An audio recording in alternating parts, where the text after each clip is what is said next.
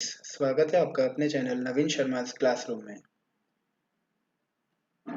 जैसा कि आप देख रहे हैं आपके स्क्रीन पर टर्बो सी सॉफ्टवेयर हमने ओपन किया हुआ है। तो आज के सेशन में हम आपके लिए लेकर आए टर्बो सी यानी कि सी लैंग्वेज प्रोग्रामिंग का एक और बेसिक फंडामेंटल ट्यूटोरियल। पिछले ट्यूटोरियल में जैसा कि आपने देखा हमने डिस्कस किया था about basic structure of C program, और इसी स्ट्रक्चर ऑफ सी प्रोग्राम को ध्यान में रखते हुए आज हम एक प्रोग्राम बनाएंगे। तो सबसे पहले हम उसके लिए एक न्यू फाइल ओपन कर लेते हैं। जैसा कि आपने देखा हमने न्यू फाइल ओपन किया, एंड आज का जो हमारा प्रोग्राम होगा बेसिकली हम बात करेंगे कि how we can calculate salary of an employee.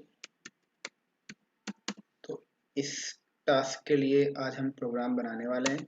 तो सबसे पहले हमें क्या करना होगा, सबसे पहले हमने यहाँ पर हेडर फाइल्स इंक्लूड करनी पड़ेगी। तो हम सबसे पहले वो काम कर लेते हैं, हैश इंक्लूड stdio.h। उसके बाद हम हमारी सेकेंड नंबर की हेडर फाइल जो हमें यूज़ करनी है इस प्रोग्राम में वो यूज़ करते हैं conio.h। अब क्योंकि मुझे करना है calculate salary of an employee, तो ये मेरे प्रोग्राम का डॉक्यूमेंटेशन पार्ट हुआ। और उसके बाद आप देख रहे हैं कि जो लिंक पार्ट है वो मेरा हो गया, जो मैंने हेडर फाइल्स को यूज़ करके आपको दिखाया। अब मैं डायरेक्टली जा रहा हूँ void main, हमारा जो मेन फंक्शन है उसके ऊपर, क्योंकि मुझे जो डेफिनेशन या जो ग्लोबल सेक्शन था अभी मुझे उसकी रिक्वायरमेंट नहीं है, तो मैं वहाँ पर कुछ भी डिफाइन नहीं करूँगा। अब मैं क्या करने जा रहा हूँ, क्योंकि मुझे एम्प्लॉय की सैलरी कैलकुलेट करनी है, तो वहाँ पर मुझे क्या करना होगा, मुझे ये पता होना चाहिए कि मेरे पास एम्प्लॉय का जो नंबर ऑफ वर्किंग डेज का जो डेटा है वो कितना है और उसकी पर डे की जो सैलरी है वो क्या है। तो यहाँ पर इसके लिए मैं तो वेरिएबल डिक्लेयर करूँगा। सबसे पहले मेरा एक वेरिएबल होगा फ्लोट टाइप का, और उसको अपन लेके चलेंगे अमाउंट, यानी कि जो सैलरी का अमाउंट है उसको हम डिक्लेयर करेंगे फ्लोट टाइप से, और उसको जो हम एक इनिशियल वैल्यू पास कर देंगे जो कि हम 0 यहाँ पर उसको देंगे। इसके अलावा हम यहाँ पर बात करें यदि उसके नंबर ऑफ वर्किंग डेज की, तो फ्लोट में हम यहाँ पर जो अमाउंट हमने डिक्लेयर किया है उसी के पास में कॉमा सेपरेटेड के साथ एक नंबर ऑफ वर्किंग डेज का हम वेरिएबल बना लेंगे, तो वर्किंग डेज। ठीक है। इसके अलावा हम पर डे का जो अमाउंट है वो भी यहाँ पर लेके चलेंगे, तो पर डे अमाउंट, और ये अमाउंट हम फिक्स लेके चल रहे हैं। तो इसको अपन क्या करेंगे, सपोज दैट मैंने वैल्यू दे दी एक यहाँ पर 500 रुपीज़। तो इस तरीके से मेरा जो डेटा डिक्लेरेशन पार्ट है वो आप देख रहे हैं कि मैंने 3 वेरिएबल यहाँ डिक्लेयर किए। पहला है अमाउंट, दूसरा है वर्किंग डेज और तीसरा है पर डे अमाउंट। अब सबसे पहले मैं क्या करूँगा, यहाँ पर एक फंक्शन लगाऊंगा क्लियर स्क्रीन। इसका भी क्यों यूज़ करते हैं आज हम वो भी सीखेंगे। और उसके बाद printf फंक्शन में हम क्या करेंगे, एक लाइन पास करेंगे, यानी कि एक मैसेज पास करेंगे जिसके अकॉर्डिंग हमें देना है कि enter number of working days of employee.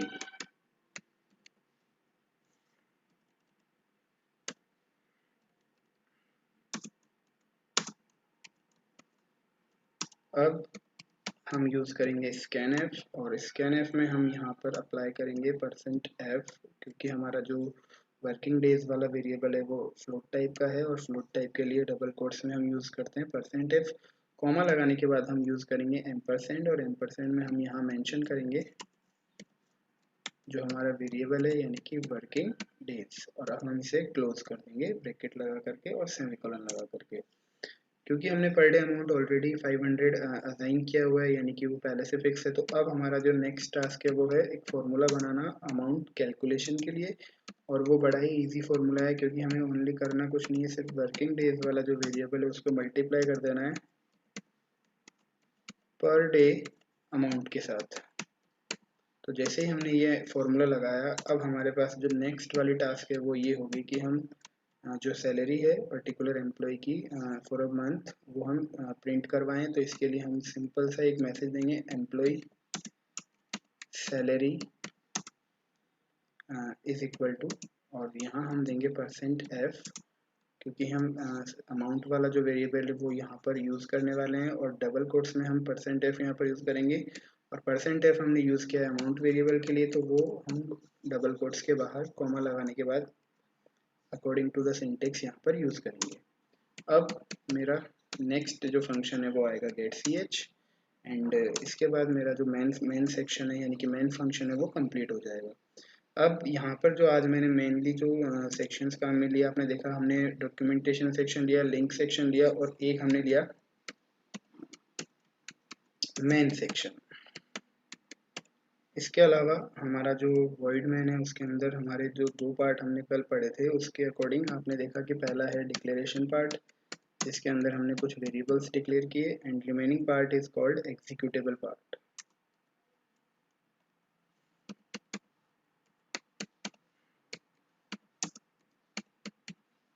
अब हम क्या करने जा रहे हैं, एक बार इस प्रोग्राम को हम सेव कर लेते हैं ताकि हमारा डेटा बचा रहे। तो इसको अभी मैं एक नाम देके चल रहा हूँ,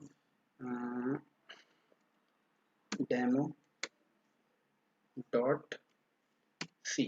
मैंने एक नाम दिया डेमो डॉट सी।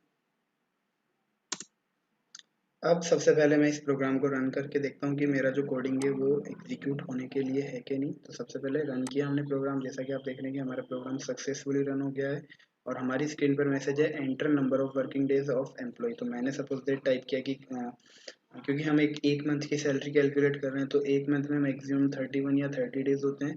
तो आउट ऑफ 30 या 31 डेज हमें यहाँ पर मेंशन करना है जो वर्किंग डेज हैं। सपोज दैट मैंने टाइप किया 25, तो आप देख रहे हैं कि जो एम्प्लॉय की सैलरी है वो आ गई है यहाँ पर 12,500। लेकिन क्योंकि मेरे को ये भी यहाँ पर मेंशन करना चाहिए था कि नंबर ऑफ वर्किंग डेज कितने में से हमें टाइप करना है, तो उसके लिए अब हम क्या करेंगे, वापस कोडिंग पे चलते हैं और enter number of working days of employee, यहाँ पर हम एंगुलर ब्रैकेट्स में देंगे आउट ऑफ, यहाँ पर हम दे सकते हैं कि मैक्सिमम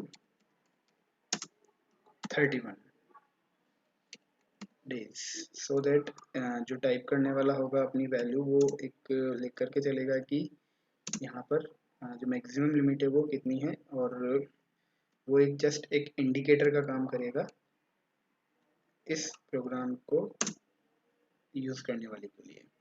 अब आपने देखा कि हमने CLR SCR फंक्शन यहाँ पर यूज़ किया। तो CLR SCR फंक्शन बेसिकली हम इसलिए यूज़ कर रहे हैं सो दैट कि इसके जो पहले वाली लाइन्स है वो यदि एग्जीक्यूट होती है तो उनका आउटपुट ये रिमूव कर देगा। सपोज दैट हम एक बार क्या करते हैं, CLR SCR को कमेंट कर देते हैं जिससे कि ये इस प्रोग्राम में अब एग्जीक्यूट नहीं होगा। तो आप देखेंगे कि जैसे मैंने ये प्रोग्राम रन किया तो रन होने के बाद जो हमारा प्रीवियस आउटपुट है वो भी आपकी स्क्रीन पर दिख रहा है आपको, क्योंकि अब जैसे ही मैंने ये 25 टाइप करने के बाद देखा अगेन मेरा आउटपुट 12,500 आ रहा है। तो जितनी बार भी मैं ये प्रोग्राम अब रन करूँगा मेरा आउटपुट जो प्रीवियस आउटपुट है वो आता जाएगा। तो ये आने का जो रीज़न है वो बेसिकली हमारा यही है, क्योंकि हमने क्लियर स्क्रीन फंक्शन यहाँ पर अभी यूज़ नहीं किया। लेकिन जैसे ही मैंने क्लियर स्क्रीन फंक्शन यहाँ पर लगा दिया है तो आप देखेंगे कि जो मेरा प्रोग्राम है वो करंट जो एग्जीक्यूशन है यानी कि जो CLR SCR के जो बाद वाली लाइन्स है उन्हीं का एग्जीक्यूशन शो कर रहा है, रिमेनिंग एग्जीक्यूशंस को ये अभी शो नहीं कर रहा।